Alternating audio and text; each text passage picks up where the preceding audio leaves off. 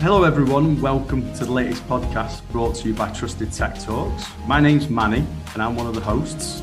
I'm also the director of Maxwell, who are a specialist recruiter into the tech and digital sector. I'm very excited today's topic, and even more so by today's speaker, who I can't wait to introduce. I've been in the industry for 16, almost 17 years, which makes me quite a bit of a dinosaur when it comes to recruiters. I've recruited into the recruitment sector, and there's always been a skills shortage, no matter where I've worked. However, right now, in the tech industry especially, I've never seen it so bad. Everyone is hiring, and there just isn't enough talent. So companies are looking to how they can hire, and I personally think they're missing an opportunity to bring in people from other sectors who are keen to enter the tech world. With that in mind, I want to introduce someone who has done just that. So welcome Mhairi Davidson from Nimble Approach. How are you? Hi, I'm great, Manny, thank you. How are you? Yeah, I'm good, thanks, I'm good. Do you want to tell our listeners sort of what you do and who you are currently working for? Absolutely. So yeah, my name is Mhairi Davidson. I am an Agile Delivery Lead at Nimble Approach. We are a tech consultancy headquartered in Sheffield, but with offices in Manchester and Leeds. I've been working in delivery, tech and Agile now for almost 4 years. I've worked with some of the best people in the scene and on some pretty cool projects. So thank you for having me. Oh no, my pleasure. I was so excited, and obviously, Mhairi, we've got quite similarities. A long time ago, we worked for the same business before, but that's for another podcast, maybe. The one reason why I was really excited to get you on board and getting this podcast done is you don't have the typical background for someone who has excelled as quick and as well as you have done, in my opinion, in such a short space of time. So it'd be really good to start off if you could talk me through your journey prior to entering this tech digital world. Absolutely, and thank you. That's really kind of you to say. Prior to moving into tech and digital, I guess I'll start at the beginning. I actually completed a degree in history, and I didn't know what I wanted to do afterwards. That was 10 years ago. It makes me sad to say. I did know at university I had 3 jobs at a time. I earned a lot of money and I wanted to carry on doing that. And so the partner that I had then suggested that I tried recruitment. So I did. I ended up working for one of the world's largest recruitment companies, S3. Worked in the oil and gas markets, and after that company moved on to looking at social housing and sports nutrition markets as well. So yeah, way back when I started in a recruitment and sales space rather than tech or project management. After about, I guess, 5 years, I decided that it wasn't for me. I'd been a decent biller, never top biller, but always did quite well. I was well known for good engagements and relationships and good processes, but I didn't want to constantly be at the coalface when I knew that I could be more involved with strategic growth, growing offices, growing different revenue streams, and I guess operationally growing businesses. So I moved out of recruitment and I ended up going to work for my dad in construction, actually, which was one of the 3 male-dominated industries that I've been involved with in my career. Sadly, after about a year and a half, the construction company didn't work out. And so I moved back into sales with a tech company in Manchester, selling memberships to a network. And that was to non-executive directors and consultants. And I absolutely loved that. I loved speaking to all these people who, some of them were famous, some of them were excelled in business, in politics, in sport. It was phenomenal. And I did quite well in the sales side there. I was promoted in 6 months to a team leader position. And 3 months after that, the CEO approached me. And because of the experience I'd had in growing teams, the resilience that I had, and I guess, again, because of the hard work that I demonstrated there, they asked me to grow their internal people division as head of people. So I did that for a while, probably about 8 months, 9 months. I hired a few more recruiters, and once I'd put them in place and I knew that they were in a good position, I approached the CEO again. I'd sort of got to the top of that, and I didn't want to sit there managing KPIs necessarily moving forward. I knew that more than anything, if I sat on top as a head of something, that I'd be more of a cost to a business, and there was so much more for me to learn. Yeah. So after a few different ideas, he allowed me to go into the development team there as their project manager, and that was my introduction into development and agile and tech, really. That is an unbelievable journey. It's a very odd one, yeah. It's quite unorthodox, I think. And I think that's a bigger change, because when you're coming from that sales background and you're probably earning decent types of OTE, and then I don't know if the resilience was formed from you working in a sales environment or from having to work with your dad for a year. I don't know how. Unless it's just me and my dad, we won't be able to work with each other for a year. I'm sure my dad would have some things to say about it as well, yeah. But no, and then I don't want to answer this. I'll ask this question instead of thinking. Actually, I'll ask you another question beforehand. But how did you feel going into as a project manager to a dev team? Because that, even experienced developers that are development managers that go into a dev environment find it challenging, but to come from that background to be a PM for a dev team, like how did you even sort of process that or make that transition? Not I think I can either be quite foolhardy or perhaps naive sometimes, and so when I made that transition, it really wasn't too much of a thought to me. I think that anybody that hasn't worked with developers or even an IT department, truly and partnered with them before, maybe thinks that they're introvert, quite niche, quite cliquey. And I just didn't have any of those expectations. I'm also someone who's never really suffered with imposter syndrome. I always think that I am where I should be. And if you give me a job, I'll do it, and I'll do it well, because I'm going to prove to you that I can do it. And so when I moved over, because I was still in the same company and we were only maybe about 90 people at that point in the company, we knew everybody, I did feel like I had the support of the leadership team to go and do it. I knew that I wasn't leaving, a department. It was an open floor that we had.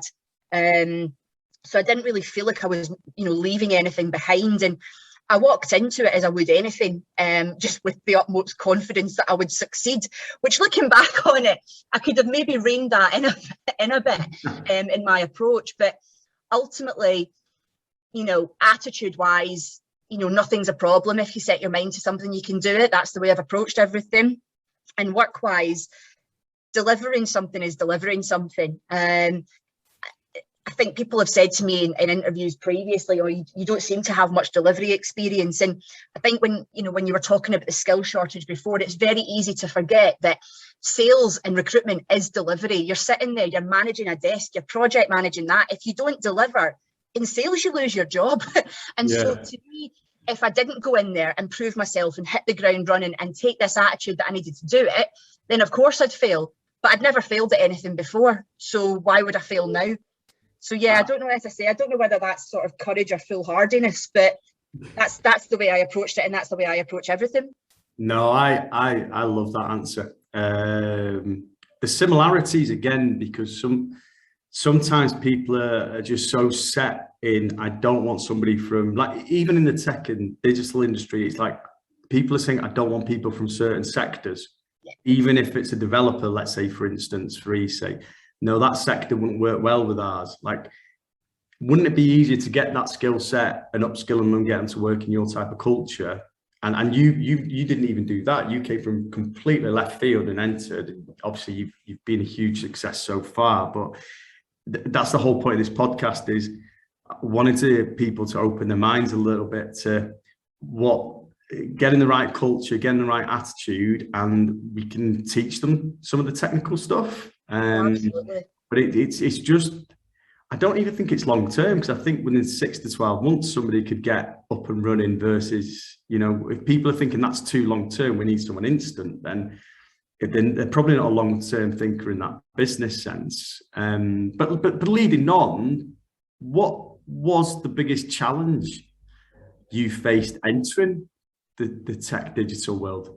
I think there was a couple of main challenges that I faced. The first one was the lack of understanding and knowledge of what a development team was, how they ran, who was involved in it, what methodologies they used. I knew none of that when I walked in. I knew that I was going to be a project manager and I'd just have to pick it up on the job, which, by the way, to anybody listening, is a great way to see how people sink or swim in a new role if they've got transferable skill sets. But my lack of understanding, whilst I knew that I could work on it, was absolutely prevalent and perpetuated by some of the team that I went into. As you said, throwing somebody in from a left field, from a sales environment, especially where salespeople have got this reputation about them. It was demonstrated, and I don't think they took well to me coming in not necessarily knowing that. In the end, I put some pressure on the company to put me through a Scrum course, to be able to talk the same language. It's as simple as changing something from a kickoff meeting to a backlog refinement meeting, those sorts of things, or a kickoff meeting to a Three Amigos. Those small changes make a real difference in the people that you're speaking to. And so I knew that I had to integrate. I knew that I had to change my ways. And I guess that sort of self-reflection there did help. But absolutely, that was one of the most challenging things that I had to do, was to win over the team that I was working with, to let them know that I was there, I was on their side, I was there to do the best thing for them. I wanted to empower them. In the end, I actually became the development team manager. And so to have to manage people that you don't have the skill set in yourself to be able to develop them is super difficult. Yeah. And so, really trying to align with them in what they're doing on a day-to-day basis, but also where they want to go. So for that company, I ended up it wasn't just sort of project management and delivery. It was, I was their, in effect, BA and their PO as well. So getting to know the product really helped, and understanding what users wanted really helped. So that was the first big challenge, I'd say. The second is that I am a very outgoing, extroverted person. I try to be happy as much as possible, enthusiastic, I'm confident. That doesn't necessarily fit well with a traditionally male-dominated, introverted environment.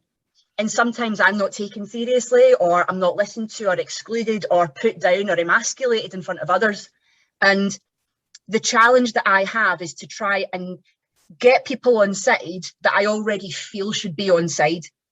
And that was a real, it sort of links to the first challenge, but being a female, being the person that I am, the attitude that I have, the behaviors that I have, was really tough to try and tailor that.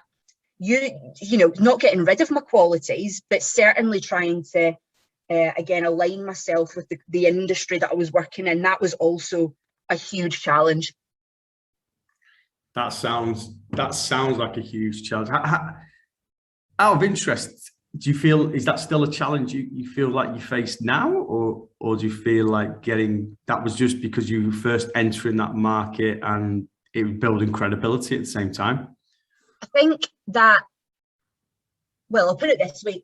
When I joined Nimble, I joined this company of supportive, egoless, like-minded individuals. And I have never been at a company, and if my dad listens to this, sorry, Dad, but I've never been at a company that has supported me so much in not only what I want to achieve personally, but backed up and taken my word for everything that I am doing. And so in that sense, I am in the best place for me, 100%. And I think that was a challenge for myself personally in the past.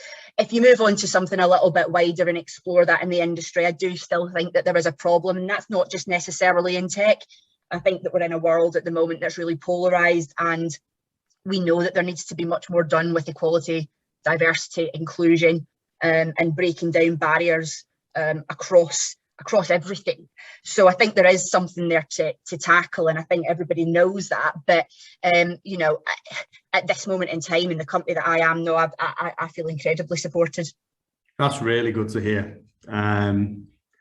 In terms of your journey, Barry, it's obviously unique, it's special. There's going to be people listening right now, because during COVID, it also made a lot of people reflect on maybe what they were doing in their life and thinking, am I in something that I'm really enjoying? Is there something else out there?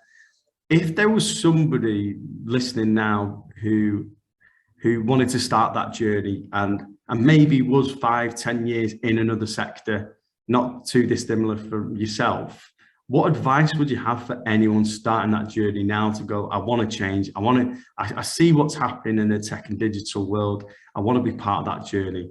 What one piece of advice would you give them? Take courage. If you have courage and you move into something, the confidence will follow. It all starts with taking that first step. Life is short and life is hard enough as it is, and it's made even harder if you're not doing something that you want to do, or you've been put in, you know, the awful position with the pandemic and you've lost your job or you've been furloughed, and you can see other industries that are thriving. Just have the courage to believe in yourself and the skill sets that you have and what you can show. I think there's a lot of people, and I was one of them, that would think, oh, I'd like to get into tech, or I'd like to do project management, or I want to think about development, and I don't necessarily think they can do it, let alone actually go and then do something about it, because it's scary. You might be changing your life, you're changing the people that you work with, you're changing the environment that you're in, you're turning your world upside down sometimes. And whilst that didn't happen to me, I know people that that's happened to. But to me, it's the best thing that I've ever done. And I remember working in the oil and gas market, I'm talking 8 years ago now, and talking to project managers for subsea manufacturing companies. And I was thinking, I could do this. They're telling me about their CV, they're telling me about their skill sets. Why are they getting paid for so much for what they do? It sounds really obvious. And thinking, you know, why I could do that. And then I did go to look into what I would need to be a project manager. I looked at the qualifications and I talked myself out of it at the time, because it felt like the barrier to entry was far too high. And that wasn't even just in tech. That was just switching the role from what I had to, from, you know, recruitment to project management. So, you know, even I stopped myself there. And I feel like in the transition for myself, when it happened a few years ago, I did luck out. You know, there's not a lot of people that can turn around and say that their CEO was personally supportive of somebody changing their careers inside a company. And I think that's something that we have to look at, you know, in the industry anyways. You know, we talk about transferable skill sets, but what does that actually mean? What do we mean as transferable? So, yeah, I mean, again, like I said earlier, I don't necessarily get imposter syndrome either, which a lot of people suffer with. It's not gender specific, it's not, you know, culturally specific. I am just a naturally confident person. And I think that if you have the courage and you can go out there and you know that you can make that change, or you just want to, just making the first step is the most important part, because the confidence will follow. One of my very best friends actually has completely changed her career from working in merchandising for a very well-known fashion brand to becoming a full-stack developer through an apprenticeship. And the transition for her was similarly really scary. She moved cities, she took an immense pay cut, but now she's living somewhere that she loves. She's living with a person that she loves. She's in an industry that's thriving. And the thing that she had to do was sit and say, where is my job going? And she knew that it was going to get taken away. So, you know, just having that, again, courage to make the first step and make the first move. You can do anything that you want to be. And I guess finally, find people that believe in you, not just in your personal life. Find people and companies that believe in you. If you've got a mentor in your business, or even in another business that you know of. At my last company, I went out of my way to try and get the COO of a large company to be my mentor, and he agreed. Find people that really want to support you and develop you and believe in you, so that you can make these steps and that you can make these moves. And it doesn't have to be a massive jump all at once. It can be small things. It can be attitude things. It can be behavior things, small managerial things, just having a look at different perspectives. Yeah, it's courage and support, I would say, are the main things that really help me.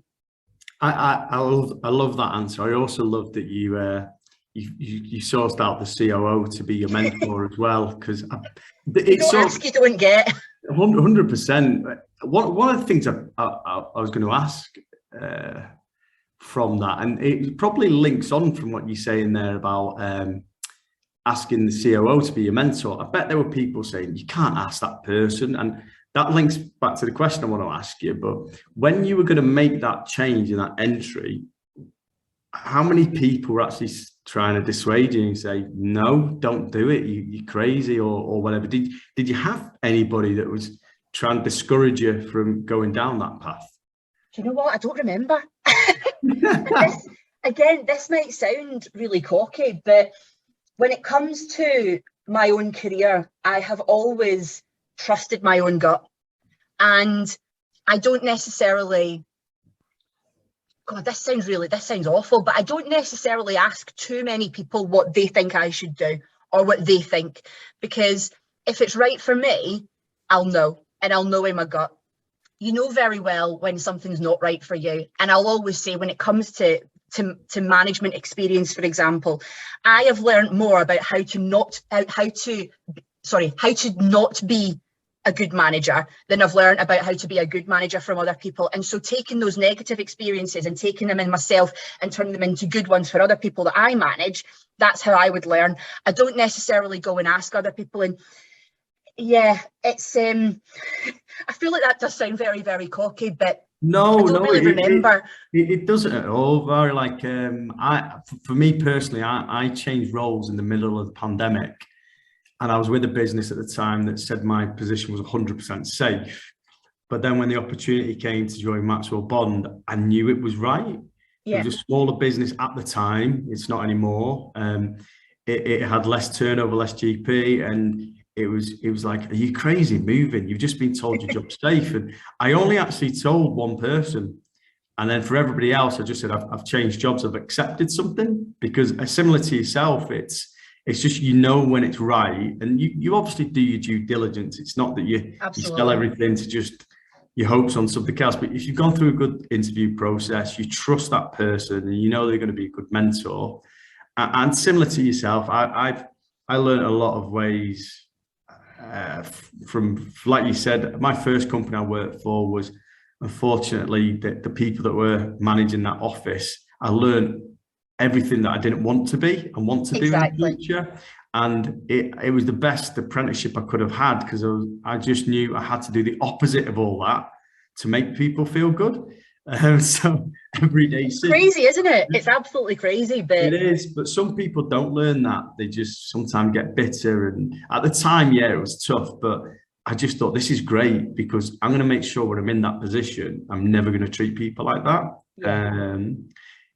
Final question I've got for you, which I'm gutted about, because I feel like I could talk to you forever. But if you could go back, is there anything you would have changed about your journey? Right. So I have two facets to my answer here, so bear with me. Anything I would change to my journey? No, absolutely not. Okay. Everyone's journeys are different, but without everything that I've gone through, that I've put up with, that I've fought for, that I've seen, that I've challenged, that I've worked my arse off for, enjoyed and thrived in, I wouldn't be where I am. When I was young, my dad told me to be whatever I wanted to be. And I always got that throughout my childhood. I was very, very lucky to have really supportive parents and say, you can do whatever you want to be, as long as you work to be the best at it. So it didn't matter what career you went into or what lifestyle you wanted. Make sure you work at it and be the best that you can, because you won't regret it. You live more with regret if you don't do something, I feel, or if you want to do something and you don't. And that's the life advice I take with me to everything that I do. So I wouldn't change anything personally about my journey, because it's made me who I am today. It's got me where I am. And I'm in this position now where, people like yourself have asked to speak to me, which is an incredible privilege. Yeah. What I would say, though, is that I would like to change things presently for other people so that it can be easier for others moving forward and moving into different industries. Equality and diversity wise, the way companies look at particular skill sets, the stigmas that we still have around parenting and working, the flexible working approach, the ridiculous barriers to entry that some people face. We need to treat those and address those like blockers, like we would in a development team, and address them up front, identify them, work to remove them, and make the working environment a great place, have great people welcomed into the community, and just be better. If you're a responsible development team, you talk about leaving a product better than how you found it, right? Through better coding standards, removing unnecessary code, making things accessible. So let's do that in real life, and let's leave the industry better than how we found it. Yeah, I absolutely love that, because those blockers are stopping those people that could be your best hire you've ever made, but they've not even had the opportunity to be represented fully or have the opportunity even to walk through the door. Exactly. There's so much now that we can do to get around that. And I feel very fortunate that, I say fortunate, we live in a society now where we know we have to be tolerant, because that's just not being a dick. And if we're able to do that and look past, really traditional internist subconscious bias, then we're opening up this amazing world of opportunity. So I guess that's my sign off, if that's the last question, Manny. Yeah, it is. Leave everything better than you find it. It's just such a positive output. I've enjoyed this so much. Thank you. I think we need to get together and look at something else we could talk about, because I feel like this could have gone in so many other ways as well. But I personally want to thank you for your contribution. I personally found that really insightful. A lot of takeaways, a lot of learns for the industry as well, which at the moment needs all the support and help it can get. And I can't see that getting any better. I just think it's going to continue. So no, thank you so much, Mhairi. Really appreciate it. No, thank you, Manny, and it's been great talking to you. And yeah, we'll have a gossip podcast for all previous employers another time, eh? No, that sounds good. But if you would like to hear more podcasts and content similar to Mhairi, then subscribe to Trusted Tech Talks. That's on Spotify and YouTube, and you can also follow our page on LinkedIn as well. Thank you.